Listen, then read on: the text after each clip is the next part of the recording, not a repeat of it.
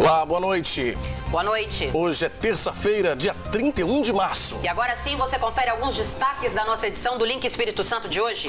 Espírito Santo entra em alerta vermelho por conta da transmissão comunitária da Covid-19. Governador Renato Casagrande anuncia a criação de fundo de 100 milhões de reais. O dinheiro será destinado a empréstimos para micro e pequenos empresários. Polícia Militar reforça patrulhamento em áreas de comércio para evitar arrombamentos. A Associação Capixaba de Supermercados firma termo de compromisso com o PROCON para coibir o abuso de preços durante a pandemia de Covid-19. E aqui no estúdio a gente recebe a médica infectologista Jéssica Polese, que tira dúvidas sobre a contaminação do coronavírus. E tem ainda as notícias de outras regiões do estado nesta terça-feira? Tudo isso a partir de agora. O Link Espírito Santo já está no ar.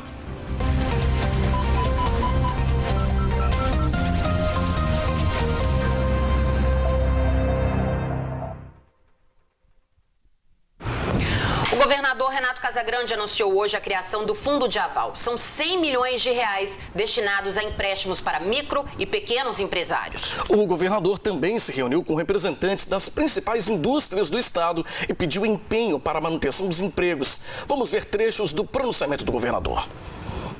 Tive uma reunião com as 20 maiores indústrias do estado do Espírito Santo, liderado pelo presidente da Federação das Indústrias, Leonardo de Castro. Nesta reunião foi muito bom porque eu pude explicar a realidade do Estado, a política que nós estamos fazendo, e todas as indústrias se colocaram à disposição para ajudar. Algumas já estão ajudando diretamente na compra de insumos, de teste, de respiradores, ajudando na logística de transporte de material para cá, como álcool gel, como testes. Então, assim, tem um envolvimento, assim, a importância das indústrias que representa mais de 20% do produto interno bruto capixaba, também o compromisso delas da gente não demitir, de preservar o emprego, se preservar ao máximo o emprego. Então, quase todas que falaram, quase ou todas que falaram, assumiram o compromisso da preservação do emprego.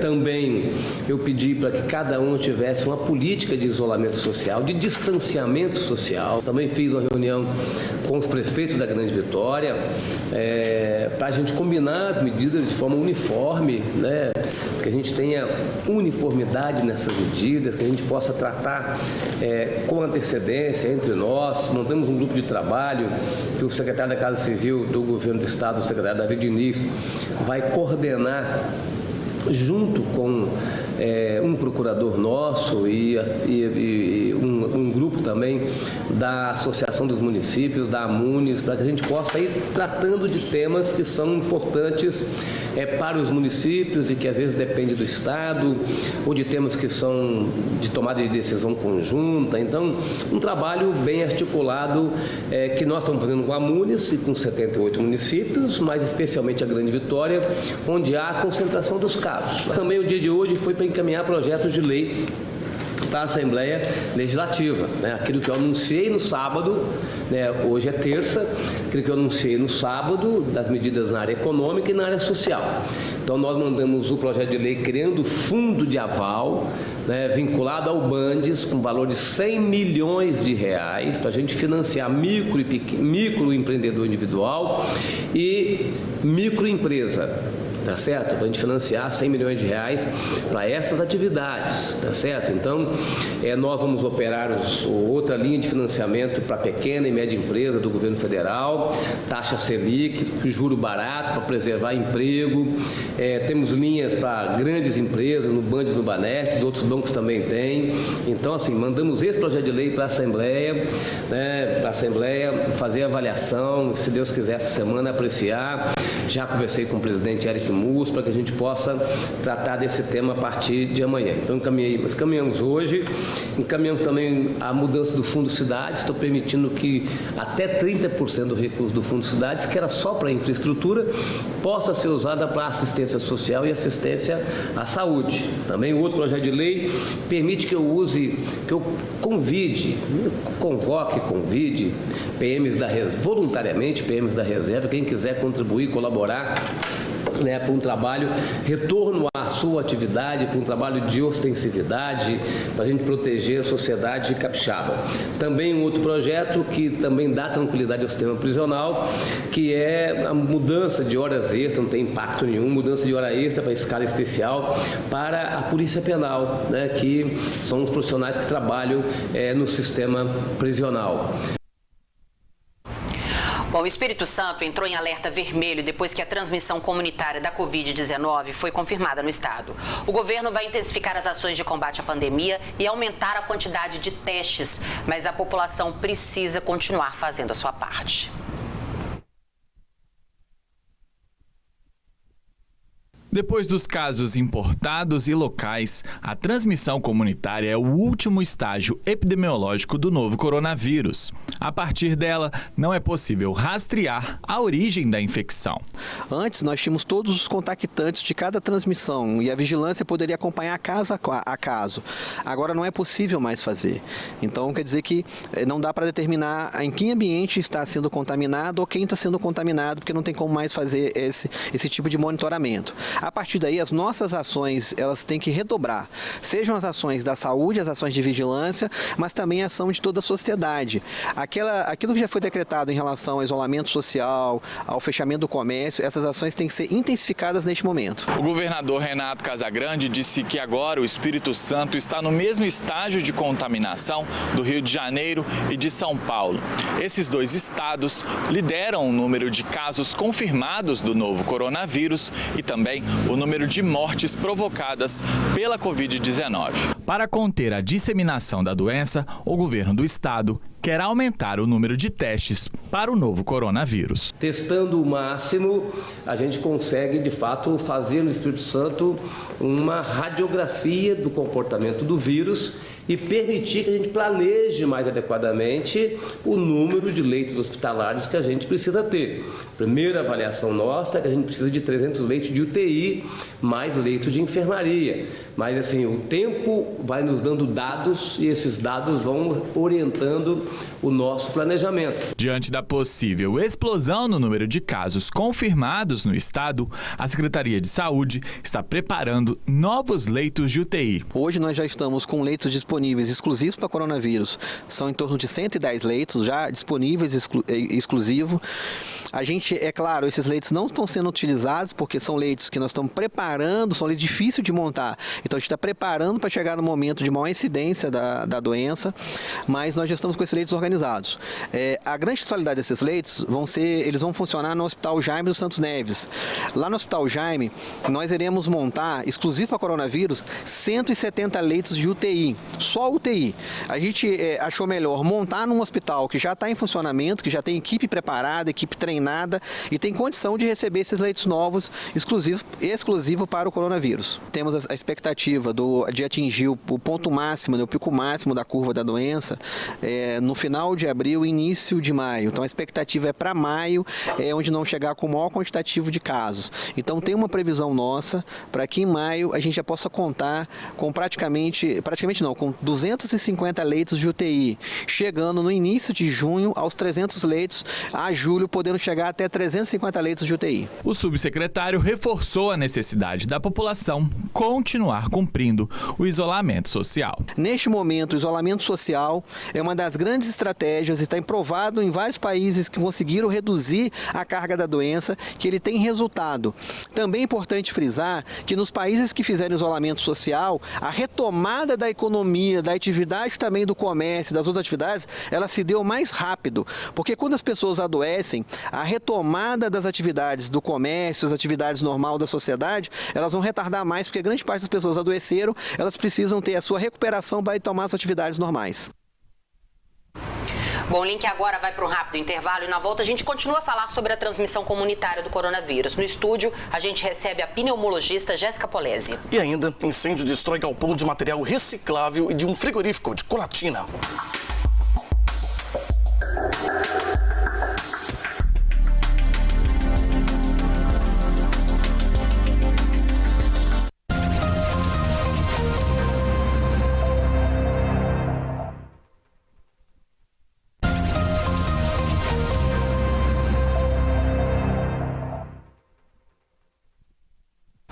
A Secretaria de Estado da Saúde atualizou os números da Covid-19 aqui no Espírito Santo nesta terça-feira. São 96 pessoas com a confirmação da doença, 11 novos casos só de ontem para hoje.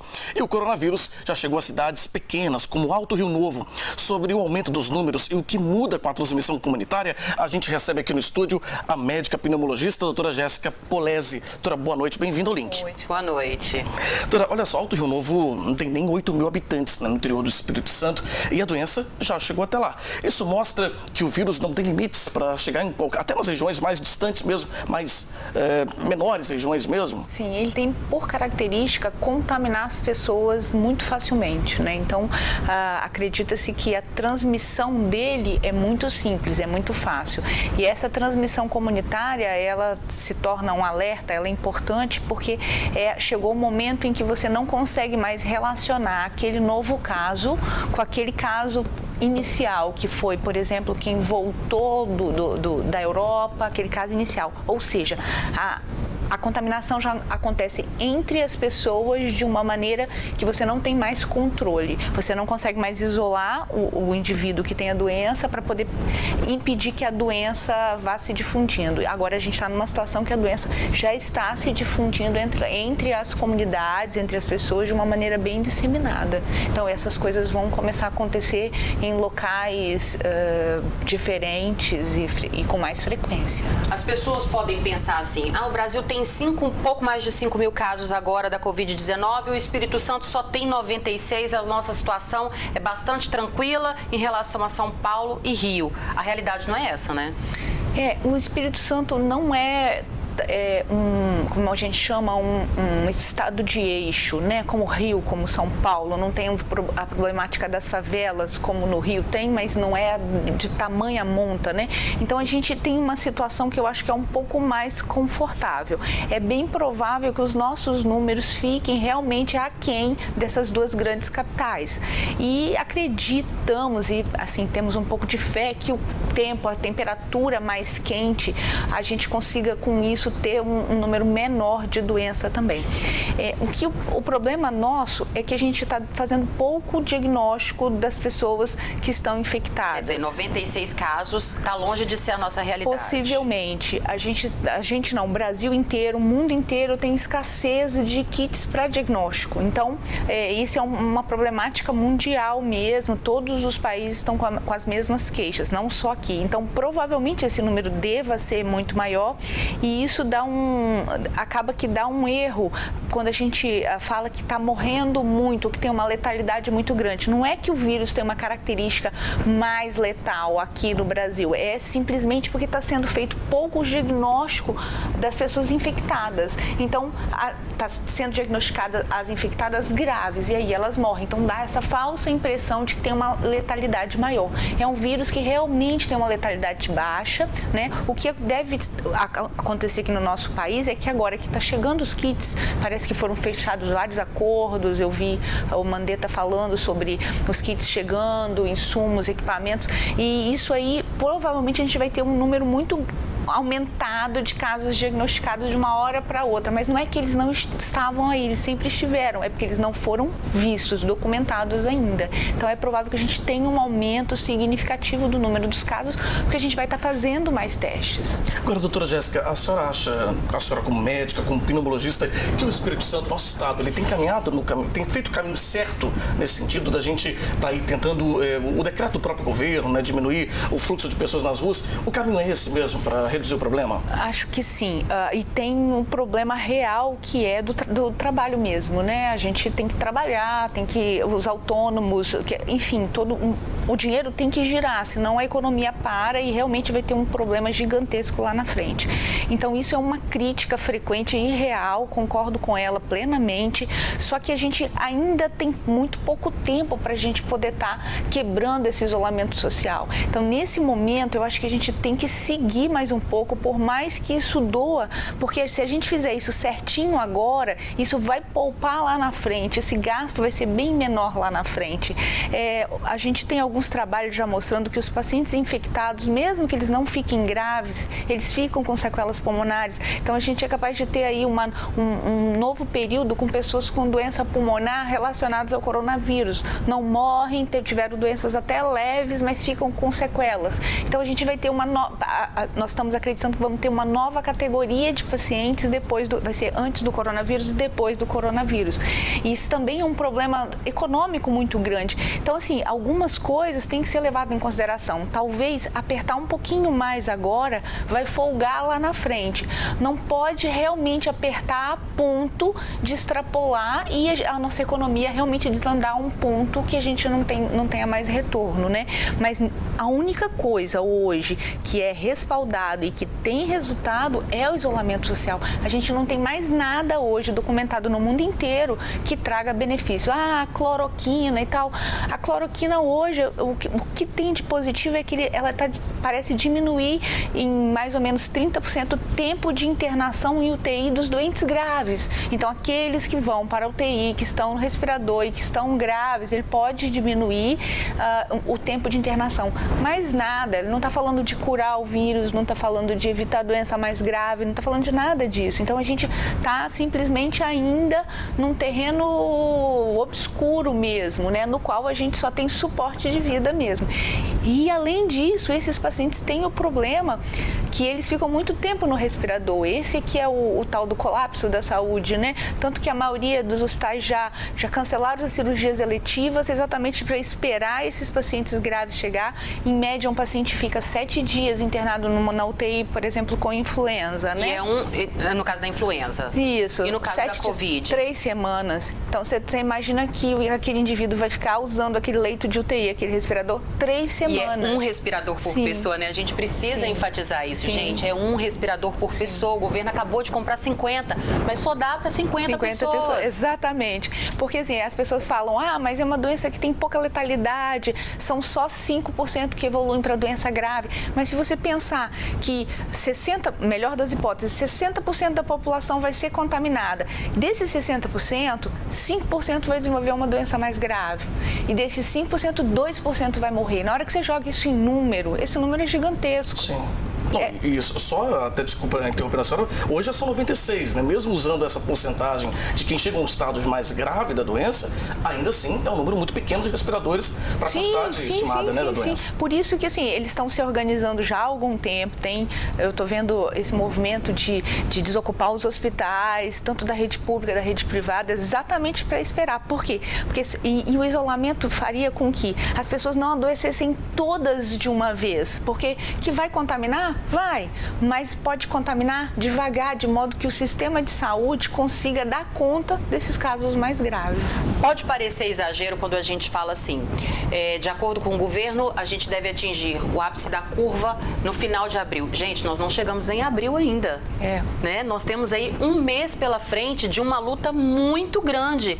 Então, as pessoas precisam entender e ter responsabilidade com a sua vida e com a vida dos outros. É o que eu sempre falo, olha, mas só tem 100 casos, eu ouço isso, né? Poxa, mas tanta coisa, só tem 100 casos. A gente não começou ainda, a gente não começou a nossa ascendência na curva ainda, né? Então, assim... Essa não é nem a pontinha do iceberg ainda. Não, a gente está bem longe. Então, o que acontece? Se a gente fizer isso aqui certinho, a gente vai ter um resultado bom lá na frente. Aí vai poder falar, não foi nada, foi tudo tranquilo. Aí a gente vai poder falar isso, entendeu? Mas agora a gente não sabe. A gente pode ter tanto um cenário tranquilo, dependendo do que a gente faça agora, ou um cenário catastrófico, como está acontecendo na Itália, na Espanha, agora nos Estados Unidos também está num processo bem complicado, nos Estados Unidos, né? Então, assim, o que a gente fizer agora vai repercutir no que vai acontecer lá na frente. E, assim, se a gente exagerar um pouquinho nesse isolamento, vamos dizer, poderia ter sido menor, o prejuízo ainda vai ser menor do que é esperado no caso da Covid. Agora, doutora Jéssica, nosso tempo já está quase terminando, mas queria te fazer uma outra pergunta. O governo anunciou que o Espírito Santo entrou no estágio, né, um alerta vermelho, estágio de transmissão comunitária, mesmo estágio que a gente comentou aqui do Rio de Janeiro, São Paulo, que já tem números um pouco mais elevados. O que deve mudar no comportamento da sociedade, das pessoas? As pessoas devem continuar fazendo isolamento, que a senhora já falou, mas tem algo que precisa ser intensificado ainda mais?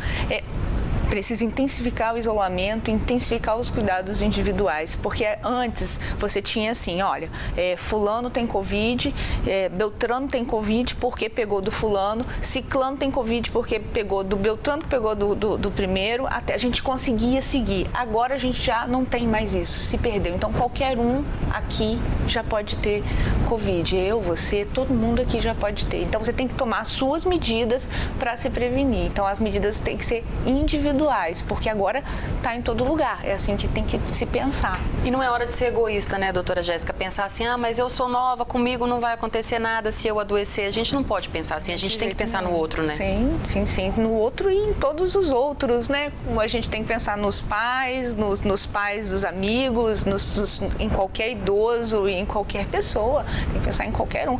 É um sofrimento muito grande. Doutora Jéssica, muito obrigada pela presença da senhora aqui no Link, deixar que o nosso espaço sempre é aberto. Obrigada, boa noite. Bom, em Colatina, um incêndio destruiu o galpão de um frigorífico na noite de ontem. O Altemar Collin tem as informações pra gente. Boa noite, Altemar. Olá, boa noite, Adriana, boa noite, Fabiano, boa noite a todos que nos acompanham aqui no Link Espírito Santo. É isso aí, hein?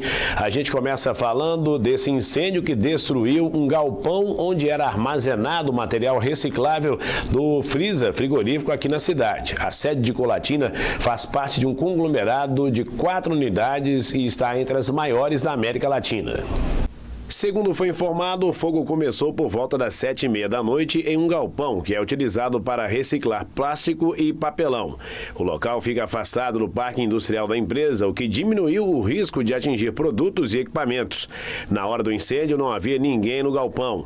Apesar do susto, não houve feridos no incidente. Um caminhão que estava estacionado perto do local do incêndio também foi atingido pelas chamas e foi parcialmente destruído. Cerca de 1 hora após a chegada do corpo de bombeiros, o fogo foi controlado. O trabalho foi dividido em 2 ações. Primeiro, controlar o fogo e depois coordenar a retirada dos produtos inflamáveis de dentro do recinto. Plástico e papelão foram retirados com auxílio de uma retroescavadeira. Agora, com o trabalho da perícia, vai se tentar descobrir o que provocou o incêndio. A assessoria do grupo informou que as atividades da empresa não foram interrompidas devido a esse incidente. O assunto agora é saúde. Além do coronavírus, outra situação vem assustando muita gente. É o crescimento de casos da dengue. Aqui em Colatina, nos primeiros meses desse ano, em comparação com o mesmo período do ano passado, as notificações da doença cresceram mais de 200%. A Mara está preocupada com o coronavírus e faz o isolamento social como recomendado. Mas ela não esqueceu de outra ameaça, a dengue. Por isso, ela toma todos os cuidados. Minhas plantas são todos tem pratinho, mas estão todos secos. Lá no terraço eu tenho umas plantas, mas a minha vizinha aqui, ela sobe lá, ela vê que está tudo sequinho. Tenho a cachorra, mas está todo dia trocada a água dela. Então todos os cuidados são tomados, porque aqui em cima, infelizmente, está tendo muito caso de dengue. Ontem mesmo nós ficamos sabendo de mais 4 casos. Neste ano, os números de casos de dengue cresceram muito em relação aos 3 primeiros meses de 2019. De acordo com o coordenador da Vigilância Ambiental, ano passado foram 99 notificações e 26 casos confirmados nos meses de janeiro, fevereiro e março. Esse ano, até a semana passada, o município registrou 928 notificações e 82 casos confirmados de dengue por aqui. Um aumento de 225% da doença. Isso foi relacionado àquela epidemia que deu no meio do ano e o desabastecimento do inseticida do meio do ano. A gente não teve como fazer o controle viral e deu esse aumento que está chegando. Agora nesse período, né? Aqui em Colatina são 7 equipes com 76 agentes de combate ao mosquito que trabalham de segunda a sexta-feira. Neste período, eles fizeram algumas adaptações para garantir a segurança de agentes e moradores devido à ameaça do coronavírus. Mas mesmo assim, eles estão enfrentando resistência de moradores que não permitem a entrada nas casas. Por isso, a ajuda da população com os cuidados é ainda mais importante neste momento. Nós estamos tendo só os cuidados de usar luva, máscara, álcool e orientando tanto os moradores quanto os vizinhos, as pessoas que não deixam entrar. Mesmo assim, a gente orienta e pede eles para estar olhando os quintais e dentro das residências. A gente tem que pedir a todos os moradores, né, para estar olhando, aproveitar essa quarentena que está todo mundo dentro de casa, todo mundo se preocupando, entendeu? Para olhar os quintais, olhar esses pequenos depósitos que tem dentro das residências e por lá de fora também. Aqui em Colatina, os bairros com maiores números de notificações de dengue são Carlos Germano Naumann, Novo Horizonte e o bairro Nossa Senhora Aparecida, onde a Diana mora. Ela também toma os cuidados, porque sabe, se todo mundo fizer a sua parte, todo mundo sai ganhando na guerra contra o mosquito. Eles estão esquecendo que tem que limpar o quintal, não deixar a água parada, varrer o quintal, cuidar de tudo direitinho. Todo mundo está esquecendo disso e não é para esquecer disso, é um complementar. Se o meu vizinho não cuida do quintal dele, o mosquito sai da casa dele e vai morder na minha casa que está limpa. Então, ou seja, eu faço a minha parte, meu vizinho também tem que fazer a parte dele. Então, a união faz a força. É claro, vale a pena ressaltar aquelas informações, cada um deve fazer a sua parte, olhando o seu quintal, olhando a sua varanda, enfim, tomando todos os cuidados para evitar a proliferação do mosquito transmissor da dengue. E agora a gente informa os números atualizados do último boletim divulgado pela Secretaria de Saúde aqui de Colatina com relação ao coronavírus. Até o momento foram 25 casos suspeitos notificados e nenhum caso confirmado aqui no município. Essas são as informações hoje aqui de Colatina. Voltamos agora ao estúdio aí em Vitória, com vocês. Obrigado, Altemar, pelas informações. A seguir aqui no link, polícia reforça o patrulhamento nas áreas de comércio da Grande Vitória para evitar os arrombamentos. Tubarão de uma espécie ameaçada de extinção morre depois de ficar preso em uma rede de pesca em Regência.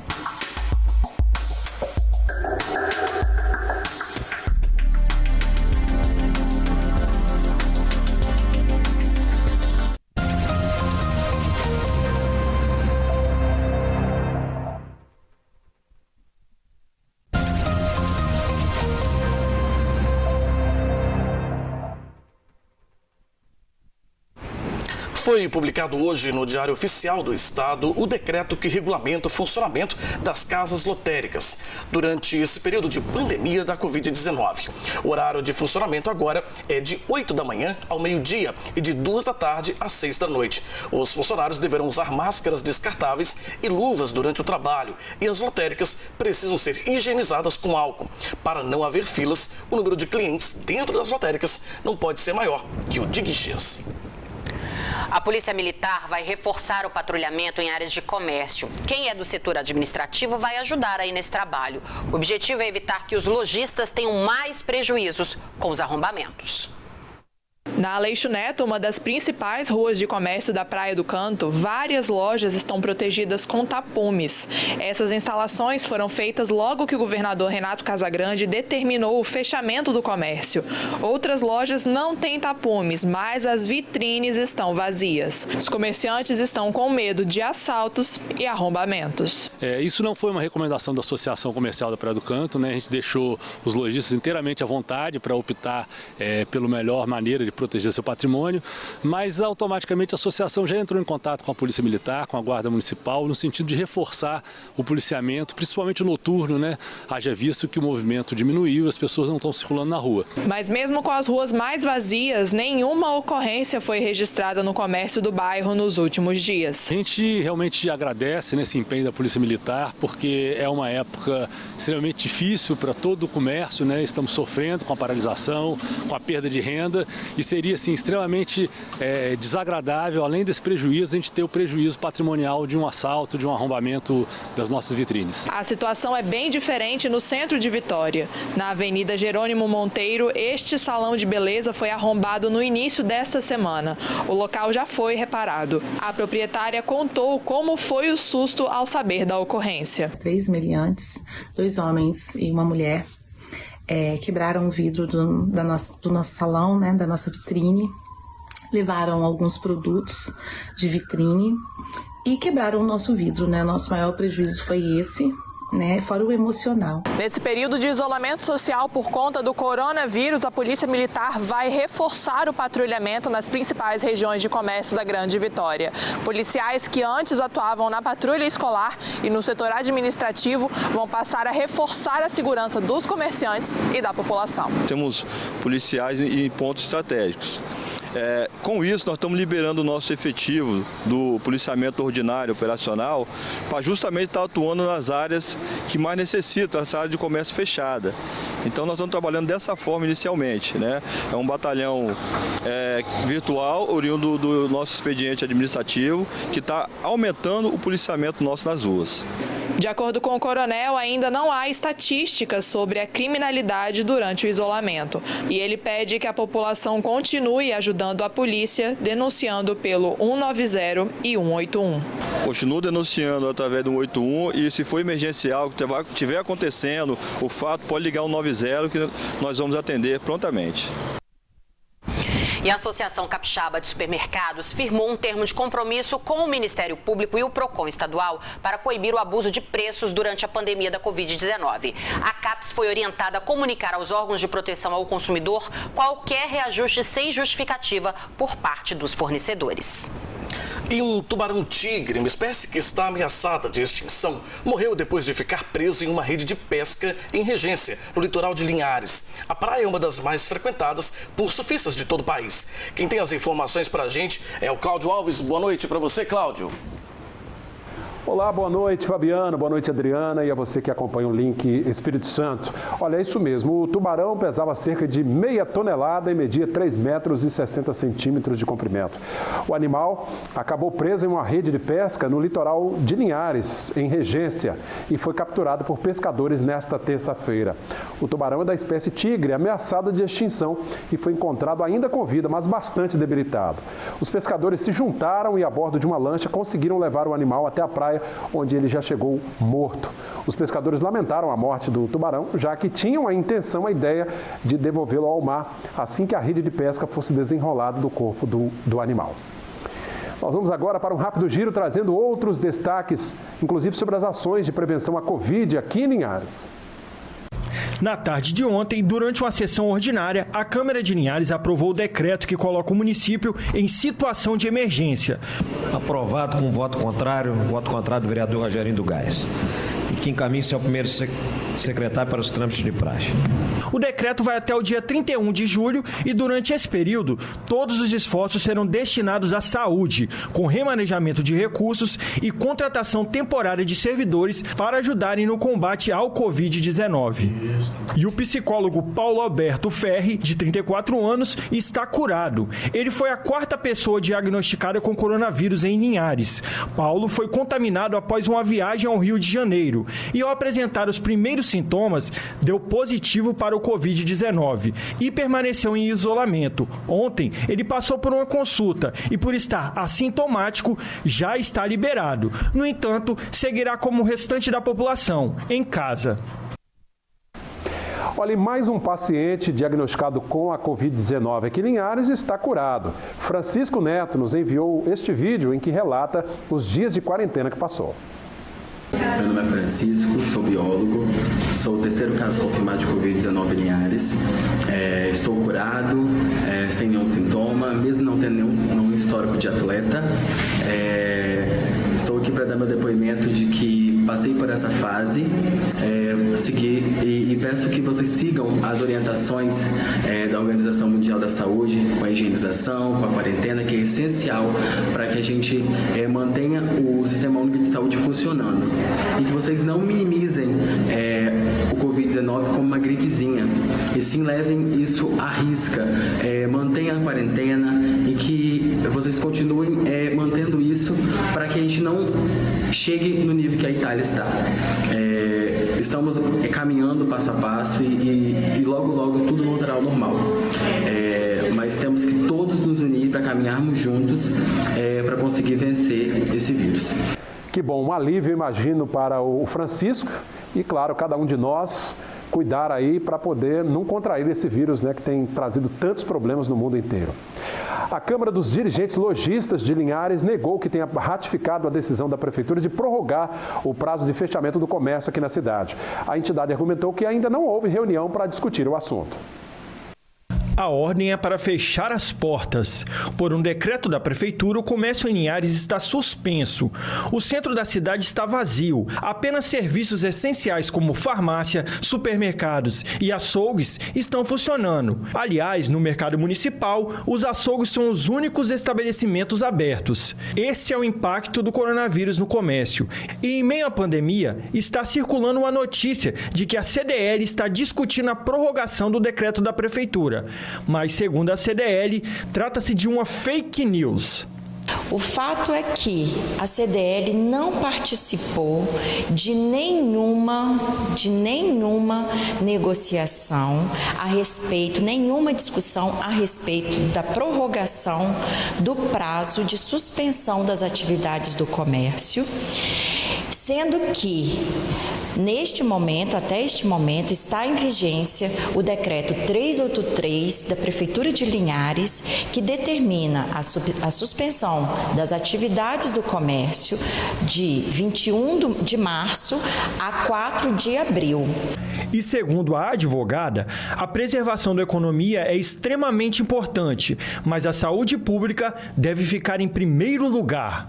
Nós sabemos, enquanto entidade, que o comércio da cidade, o comércio do estado, o comércio do país, o setor de serviços, enfim, toda a economia vem sofrendo muito com os impactos decorrentes desse surto de coronavírus. No entanto, neste momento, o que está sendo priorizado pelos órgãos públicos e também a CDL entende essa preocupação, o que está sendo priorizado é a questão da saúde coletiva. Não induzir que o descumprimento disso não parece nada razoável, porque é a saúde pública que estará em jogo. Então, neste momento, o mais importante, a coisa mais importante a se pensar é em proteger a população dos efeitos que essa pandemia vem causando no mundo inteiro. Agora, o jeito é aguardar até o final da semana para que o linharense tenha uma resposta concreta sobre essa questão. Mas nessa semana é uma semana muito importante em que diálogos que já veio desde antes, né, da prorrogação, sempre houve uma preocupação em defender a manutenção do comércio, mas essa semana certamente novas conversas serão conduzidas e em breve a Sociedade Linhares vai ter mais alguma informação a respeito. Bom, o decreto assinado pelo prefeito no dia 21 de março tem prazo para terminar no próximo sábado, dia 4 de abril. A gente vai continuar acompanhando. Por hoje é só. Eu retorno com vocês aí em Vitória. Fabiano e Adriana. Até amanhã. Obrigado, Cláudio. Você vai ver a seguir aqui no link: caso confirmado de coronavírus deixa ruas desertas e sem previsão de abertura do comércio em São Mateus. E em Atílio, Viváqua, jovem de 19 anos, é morto a tiros.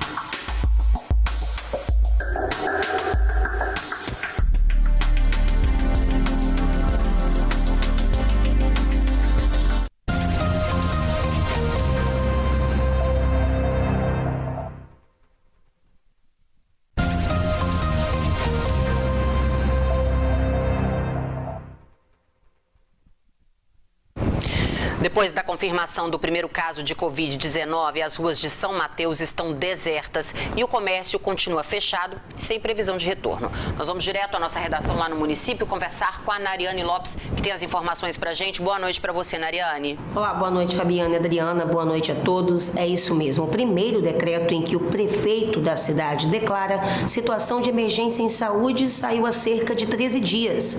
E de lá para cá, o número de pessoas sem trabalhar aumentou e não se tem previsão para que as atividades sejam retomadas. Um dos balneários mais movimentados do norte do estado está assim, completamente vazio. Há pouco mais de 30 dias, as ruas da ilha de Guriri recebiam milhares de pessoas no carnaval. Os trios elétricos, a música e a folia foram substituídos por um cenário que assusta.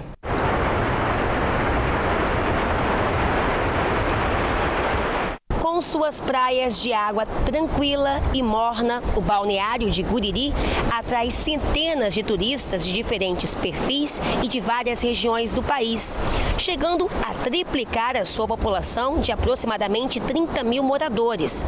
Mas neste tempo de incertezas, onde a prioridade é a prevenção, o mar está bem aqui, mas sem nenhum banhista. Desde quando surgiu esse decreto, a gente está orientando a população daqui de Guriri, os mateenses, para não estar vindo à praia. Por quê?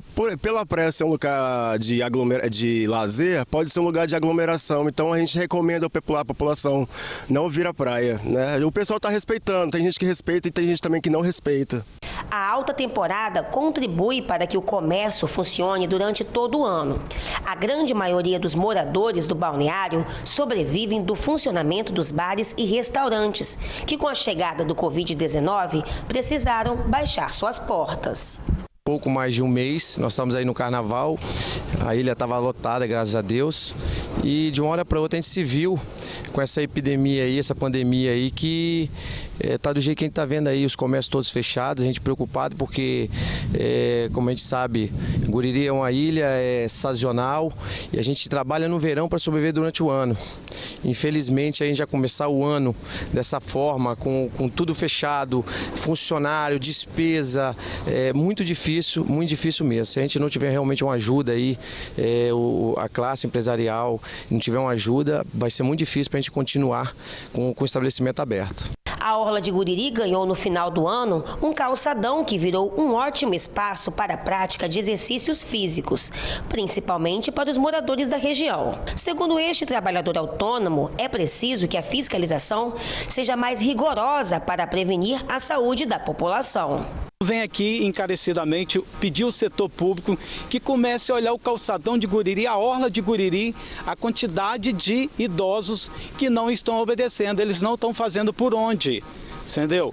Então eu venho aqui pedir uma fiscalização mais rigorosa, não só em nós autônomos, que a gente tem o nosso sustento para levar para nossas famílias, estamos impedidos de trabalhar, certo? Então eu venho aqui pedir à prefeitura, os órgãos competentes que venham olhar a quantidade de idosos que circulam em Guriri e não estão nem aí pro vírus, achando que é uma brincadeira. E é uma coisa séria. A 13 quilômetros da ilha está São Mateus. O município, que é o 7º mais populoso do estado, registrou o seu primeiro caso do novo coronavírus no último domingo, menos de 2 semanas depois do decreto que determina o fechamento do comércio. Segundo o secretário de Saúde do município, é o momento de todos seguirem as recomendações. As providências que o município vem tomando é orientar a população, que nesse momento de tensão, de ânimos aflorados, nada de especulações, nada de informações distorcidas, negativas, maldosas. A questão é calma, buscar os meios de comunicação confiáveis, as orientações que os técnicos, o Ministério da Saúde, secretarias municipais de saúde, Ministério da Saúde e secretarias de Estado vêm informando a população. Equilíbrio emocional, reclusão social. Esse é o nosso apelo e nosso pedido, porque é o remédio para a doença nesse momento. O secretário também falou sobre o cronograma de vacinação contra a gripe no município. Hoje chega o lote, o terceiro lote expedido pelo Ministério da Saúde. Então já chegou ao Estado, o Estado hoje faz a distribuição para as regionais e as regionais, por sua vez, entrega aos municípios. Então aí hoje chegam as vacinas, amanhã a vacinação segue normal nas nossas unidades de saúde do município de São Mateus e também para a nossa equipe volante que está indo nas casas fazer essa vacinação no nosso público-alvo. E por hoje é só, Fabiana, Adriano, eu volto com vocês aí no estúdio. Uma boa noite a todos. Até amanhã com mais notícias aqui de São Mateus e região. Obrigado, Mariane. Bom, lá de São Mateus, no norte, a gente segue agora para o sul do estado, onde um jovem de 19 anos foi morto a tiros na noite de ontem. Nós vamos direto à nossa redação lá na região conversar com o Samuel de Fraga, que tem as informações para a gente. Boa noite para você, Samuel. Oi, Fabiano, boa noite para você, boa noite, Adriana, e a todos que assistem o Link Espírito Santo. Olha, o caso aconteceu na localidade de Grota, em Atílio Viváqua. O jovem identificado como Leonardo Oliveira, de 19 anos, conhecido como Léo, foi morto quando ia para casa de um amigo. Segundo populares, ele foi surpreendido por um homem ainda não identificado que efetuou pelo menos 6 disparos. Leonardo acabou morrendo no local. A polícia ainda não sabe a motivação do crime e está investigando o caso. O corpo de Leonardo foi removido para o Serviço Médico Legal de Cachoeiro. E a campanha de vacinação contra a gripe foi retomada nesta segunda-feira aqui em Cachoeiro. Cerca de 13 mil pessoas já foram imunizadas no município. As novas doses da vacina chegaram na cidade na sexta-feira. A imunização está sendo feita nas unidades básicas de saúde do município, das 8 da manhã às 4 da tarde. Então é importante a gente salientar que nesse período os que serão vacinados serão os idosos e os profissionais de saúde. Então, para que esse público procure a unidade de saúde. Mas pode procurar de uma forma tranquila, porque também o nosso objetivo é diminuir a aglomeração das pessoas. Então, de acordo com o que o Estado vai mandando as cotas para a gente, para o nosso município, a gente vai disponibilizando para a população. A segunda etapa começa a partir do dia 16 de abril para professores, profissionais das forças de segurança e salvamento, portadores de doenças crônicas não transmissíveis e outras condições clínicas especiais. A terceira etapa se dará a partir do dia 9 de maio. Crianças entre 6 meses de vida e menores de 6 anos de idade, gestantes, puérperas, adolescentes e jovens do sistema socioeducativo, presidiários e funcionários do sistema prisional, adultos de 55 a 59 anos de idade e pessoas com algum tipo de deficiência. A procura está gradativa, nas nossas unidades, as pessoas estão entendendo que é necessário vir de cada vez, não se aglomerar muito dentro da unidade. As estratégias referentes a drive-thru ou a outros pontos móveis, maiores, elas serão de acordo com o decorrer da semana, com o decorrer da procura das pessoas nas unidades de saúde. Até o momento nós recebemos 10% da nossa cota do município. Então é importante que as pessoas entendam a necessidade de se vacinar, mas a necessidade também de não procurar os postos com correria, não tem necessidade disso. Assim que o Estado for disponibilizando as cotas, a gente vai vacinando o público prioritário. As vacinas de rotina voltaram a ser realizadas nas unidades básicas que possuem salas de imunização nesta quinta-feira, dia 26. A sala de vacina do Centro de Saúde Paulo Pereira Gomes permanece sem realizar vacinação. A Secretaria Municipal de Saúde avaliou que já é possível manter a imunização rotineira sem prejudicar a campanha nacional contra a influenza. Porque aqui é o local onde nós recebemos os pacientes também com suspeita do coronavírus e de outros agentes patógenos. Então, nós achamos por bem retirar a sala de vacina daqui e deslocar para outros pontos móveis. Bem, nas unidades básicas de saúde que não tem sala de vacina, a vacinação acontecerá uma vez por semana. E atenção, hein? O agendamento online está suspenso por causa da vinda de cotas fracionadas. O indicado é que as pessoas vão até a unidade de saúde. Não esquecer o cartão de vacina, documento de identificação e cartão do SUS. Adriana, Fabiana, esses foram os destaques aqui do sul do estado. Eu volto amanhã, hein? Uma boa noite para vocês e até lá. Obrigado, Samuel. Até amanhã. E o Link Espírito Santo desta terça-feira fica por aqui. Na sequência, você acompanha o programa Inove-se e logo depois, às 8h30 da noite, a gente se vê novamente no programa Em Destaque. Muito obrigada pela sua audiência, pela sua companhia. Mais notícias do Espírito Santo, você confere em sinoticias.com.br. A gente se vê amanhã. Para você, uma ótima noite. Boa noite. Record News, informação para você crescer.